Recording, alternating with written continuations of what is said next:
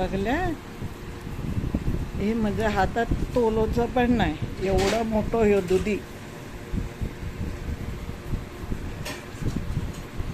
कम से कम 10-12 किलोचं दुधी असणार. शिरे बघा त्याचे केवढे लांब लचक, बघल्यात ना. पण पोसात एकच लागलेलो, ते आता घेऊन येईल. आता ह्याचा हलवा बनवणार.